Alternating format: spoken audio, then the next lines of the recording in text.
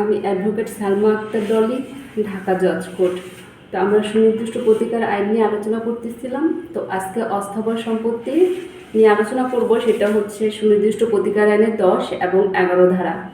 এই দুটো ধারায় অস্থাবর সম্পত্তি নিয়ে আলোচনা করা হয়েছে। আচ্ছা, তো 10 ধারায় কথা হচ্ছে যে সুনির্দিষ্ট অস্থাবর সম্পত্তির পূর্ণ উদ্ধার।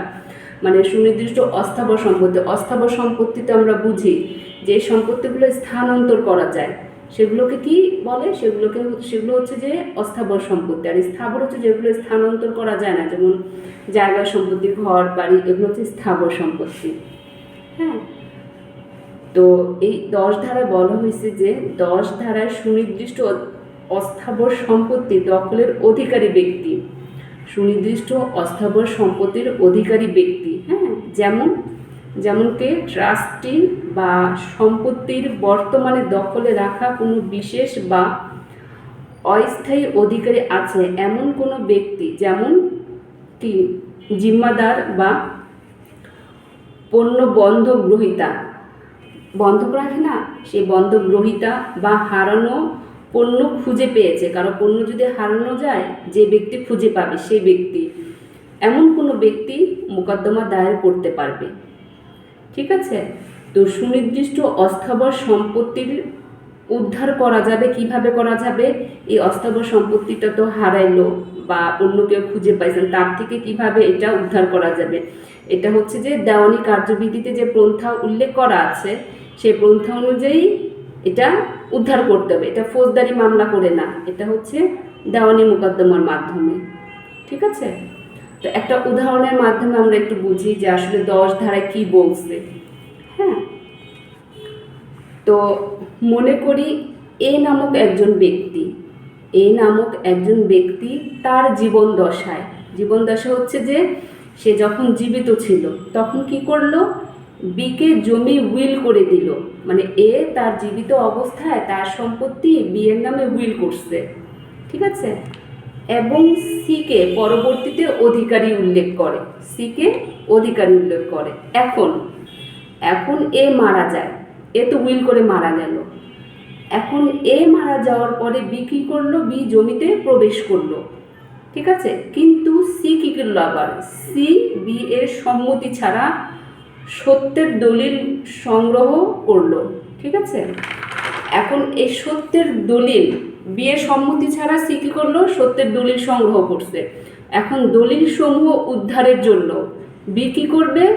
সি এর বিরুদ্ধে 10 ধারায় মোকদ্দমা দায়ের করবে। ঠিক আছে? এখন 11 ধারায় কি বলছে? 11 ধারায় বলা হয়েছে যে তাৎক্ষণিক দখলের অধিকারী ব্যক্তির নিকট দখল অর্পণের ব্যাপারে মালিক ব্যতীত দখলকারী ব্যক্তির দায়িত্ব। এই কথাটা হচ্ছে তাৎক্ষণিক দখলের অধিকারী। মানে একটা কোনো কিছু হারাই গেল, অস্থাবর সম্পত্তি একটা হারাই গেল, যেরকম গহনা বা অস্থাবর যেগুলো স্থানান্তর করা যায়, সেই সম্পত্তি একটা হারাই গেল। এখন ধর একজন একটা হারাইলো, সেটা আমি পাইছি, এটা তো আমি তাৎক্ষণিক পেলাম। এখন আমি এটা তার কাছে কিভাবে রিটার্ন করব, সেটা নিয়ে এখানে বলা হয়েছে। এটা হচ্ছে মূল কথা, যে একজনের একটা জিনিস হারাই গেল, সেটা আমি পাইছি, এখন আমি তার মূল মালিককে ফেরত দিব। মূল মালিককে ফেরত দিতে আমি কি করব? আমি 11 ধারায় মামলা করব। এই সম্পূর্ণ 11 ধারার এই কথাটা। হ্যাঁ, এখন দেখি যে এই আমার কথার সাথে এই ধারার কোনো মিল আছে কিনা।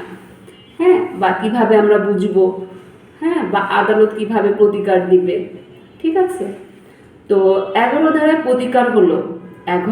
প্রতিকার হলো মালিক ব্যতীত যে কোনো ব্যক্তির দখল হইতে বাদীকে সুনির্দিষ্ট স্থাবর সম্পত্তি অর্পণ করা যায়, যে সম্পত্তিতে বাদীর তাৎক্ষণিক অধিকার আছে। একটু আগে আমি বললাম যে সম্পত্তিতে অরিজিনাল মালিক তিনি না, যিনি তাৎক্ষণিকভাবে মালিক হয়েছেন, যেটা কারো হারানো জিনিস আরেকজন পাইছেন। হ্যাঁ, তা এখন এই যে এই তাৎক্ষণিক অধিকারী ব্যক্তি, এটা 4টি ক্ষেত্রে বাদী প্রতিকারটা পাবে। তাৎক্ষণিক যে মালিক হইলেন, এটা যে ফেরত দিবেন, এটা কি ক্ষেত্রে? এটা 4টি ক্ষেত্র লাগবে। সেই ক্ষেত্রগুলো কি, সেগুলো একটু দেখবো আমরা। তো 1 নম্বর ক্ষেত্র হচ্ছে যে ক্ষেত্রে বিবাদী ট্রাস্টি বা এজেন্ট হিসেবে বাদীর অস্থাবর সম্পত্তি ধারণ করেন। আর 2 নম্বর হচ্ছে যদি অস্থাবর সম্পত্তির জন্য আর্থিক ক্ষতিপূরণ পর্যাপ্ত না হয়, যদি সেই ওই অস্থাবর সম্পত্তির জন্য যে একটা ক্ষতিপূরণ হবে, আর্থিক ক্ষতিপূরণ, সেটার জন্য পর্যাপ্ত পরিমাণ না হয়।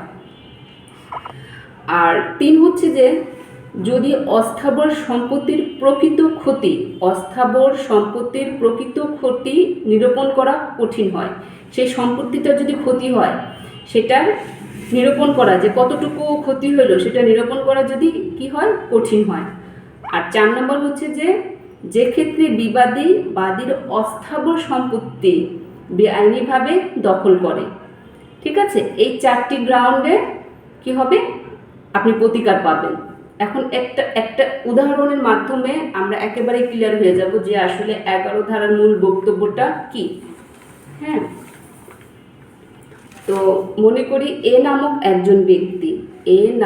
একজন ব্যক্তি মৃত চিত্রকারের একটি চিত্র, এটা তো আমরা বুঝলাম যে একটা ব্যক্তি একটা চিত্র অঙ্কন করছে, হ্যাঁ, তারপরে সে মারা গেছে।